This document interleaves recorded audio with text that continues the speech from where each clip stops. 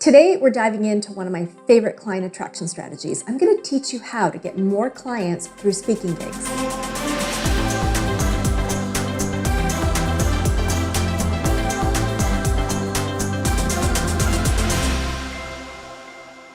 Hey there, I'm Nafissa Shireen, success coach for entrepreneurs. For the best tips and mindset strategies on how you can make a massive leap in your income so that you can live the life you really want to, consider subscribing to my channel and click the bell notification so that you'll be the first to know when I publish new content each week. It's no secret that I am a huge fan of speaking for entrepreneurs as a way to market your business. That's because that's what took me personally from a $1,400 flop in my first year to the successful multi-six-figure business that I have today. I mean, just think about it. When you're the speaker, you have instant credibility and authority as an expert in your field in front of a room full of your ideal clients. But have you noticed that most places that you can speak at don't actually allow you to make a paid offer? Well, stick with me because by the end of this video, you're going to see why that is completely irrelevant. I'm going to peel back the curtain and share with you the strategies that I have used personally to get me tons of clients and what I teach all of my clients as well. And you're also going to see why this works so much better than a paid offer. And make sure to stick with me till the end because I'm going to share with you how you can get your hands on my word-for-word scripts that you'll need to implement all of these strategies that I'm going to teach you today. Have you ever been to a networking event and the speaker shows up and you don't feel any connection with them at all because all you've seen is their bio and their headshot on the registration page and you just have no connection. You don't know anything about them. And so it feels more like you're being spoken at than with? Let me know how that feels below. And tell me if you've actually made a purchase from somebody like that. That's why your number one thing that you want to do is make sure you warm up that audience before you ever set foot on the stage. And there's a few ways you can do that. Now, one of them is I love to do this, and it's not always available, but if it is, I recommend you connect with an event host to see if you can do this because a lot of times they will have Facebook groups that are dedicated just to their networking communities. And a lot of event hosts, because they want to fill the seats, are more than happy if the speaker is going to help them to do that. So ask them if you can participate in their Facebook group up until your talk or shortly after so that you can warm up the audience. Go in there, introduce yourself, and maybe do an interview or Facebook Live with the event host so people can start to see you, know you, and really want to come to see you, not just to go there because it's the next meeting in the schedule. And on the day of your talk, make sure you get to the venue early, an hour before you need to be there. And I always prefer to leave the house 2 hours earlier than I need to. I can always go to a coffee shop and chill before the event, but nothing is worse than showing up at the last minute feeling rushed and stressed out, and you don't get the time to mingle. So get to the venue early and take time to go up to people, meet people, introduce yourself to them, and then ask them what they're hoping to learn and what they're hoping to change through this talk today. So make those connections, and when you get up on the stage, the audience will already feel like you are somebody that they can trust and somebody that they know is an expert in their field and can help them solve their problems. Now, in your talk, I think we all know the very most common way to get the contact info of everybody in the room. Tell me what you think that is below. That's right. You offer them something for free in exchange for their email address. Whatever your opt-in is or free gift that you can give them and email them, you make that offer to everybody. And I want you to take this one step further. You don't want to hand out a general sign-up sheet for everybody to sign up. You want to have one for every person in the room. And on that sheet, you want to ask them for more contact info than just their email address. Ask them for their name, like their full name, their mailing address, their phone number, and of course their email address. And in that moment, it is amazing how many people will happily give you all of that contact information.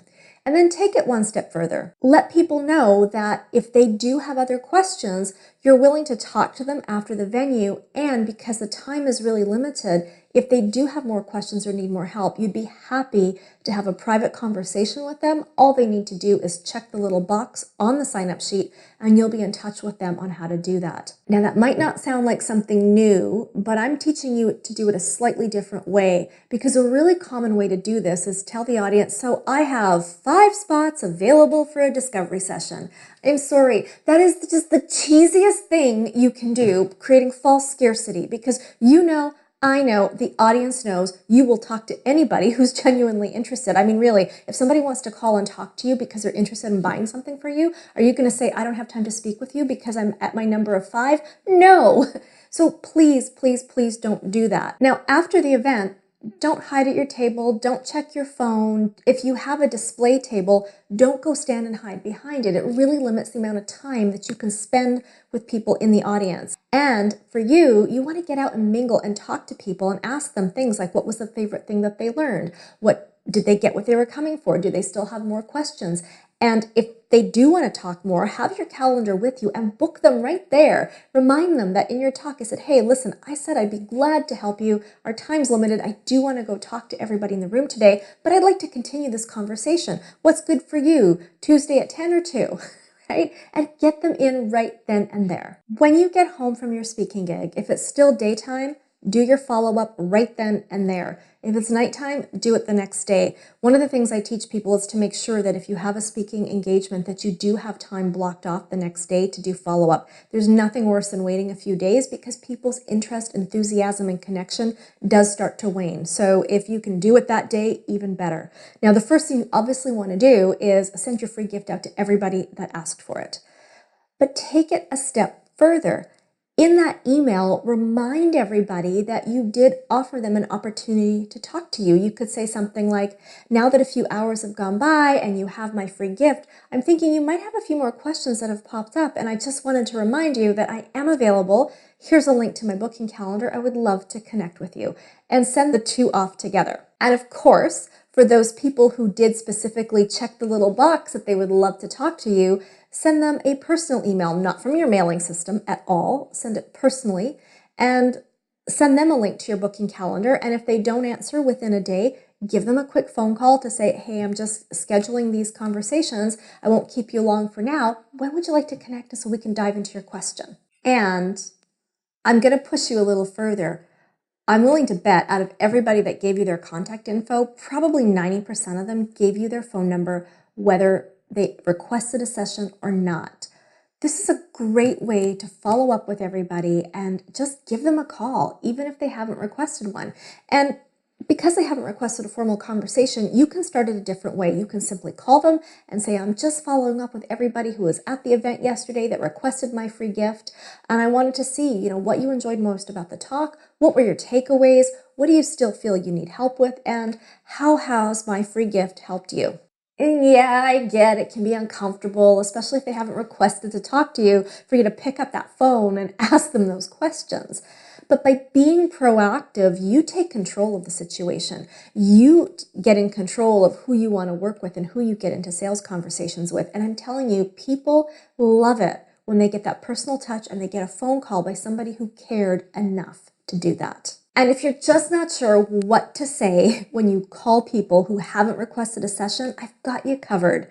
Below this video, there's a link to my word-for-word scripts that will teach you the exact questions and the exact sequence in which to ask them so that you can transition that call gracefully into a sales conversation, or if that's actually not the time and place because they're running out the door or doing something else, an invitation to have one later. If you found today's video helpful, please leave me a comment below, tell me which point helped you the most, and share this with somebody who you know needs it. And I have another invitation for you. I would love to have you join me in the Living Forward Facebook community. That's a great place for you to network, have some fun, grow your business, and get daily inspiration from me. All you have to do is go to livingforwardcommunity.com, click the Join Now button, and I'll see you on the inside.